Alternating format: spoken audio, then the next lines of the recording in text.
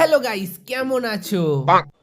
তোমরা হয়তো এখন ভাবছো এক বছর পর এখন কোথা দিয়ে টপকালো, কোথায় গেছিল, হয়তো বিয়ে ফিয়ে করে নিয়েছিল নাকি, বিয়ে করে সংসার করছে, বৌদির সাথে ব্লগ বানাতে বলছিল, কমেন্ট করে তাও বানাচ্ছি না।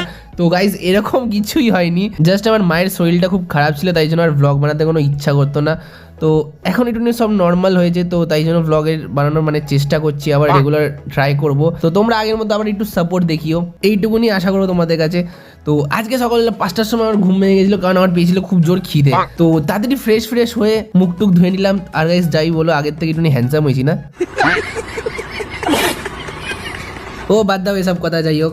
তারপরে কিচেনে গিয়ে নিজের জন্য একটু কফি বানিয়ে নিলাম। যাই হোক, একটু চিনিটা বেশি হয়ে গেছে, খুবই মিষ্টি হয়েছে, তাও নিজে বানিয়েছি তো ভালো বলতেই হবে। তারপর 9:15 বাজতে না বাজতে রেডি হয়ে আমার জিনসটা নিয়ে বেরিয়ে গেলাম আমাদের পুরনো বাড়ির দিকে। তারপরে এখান দিয়ে রাতের বেলা সায়ন্তনগর তুলে নিয়ে চলে চন্দননগরের দিকে। তো ওখানে গিয়ে আমরা চা, একটুখানি চিকেন বয়েলস এগুলো খেয়ে চলে এলাম বাড়ির দিকে। তো ব্লগটা যদি ভালো লাগে তাকে সাবস্ক্রাইব করতে বলবেন না গাইস।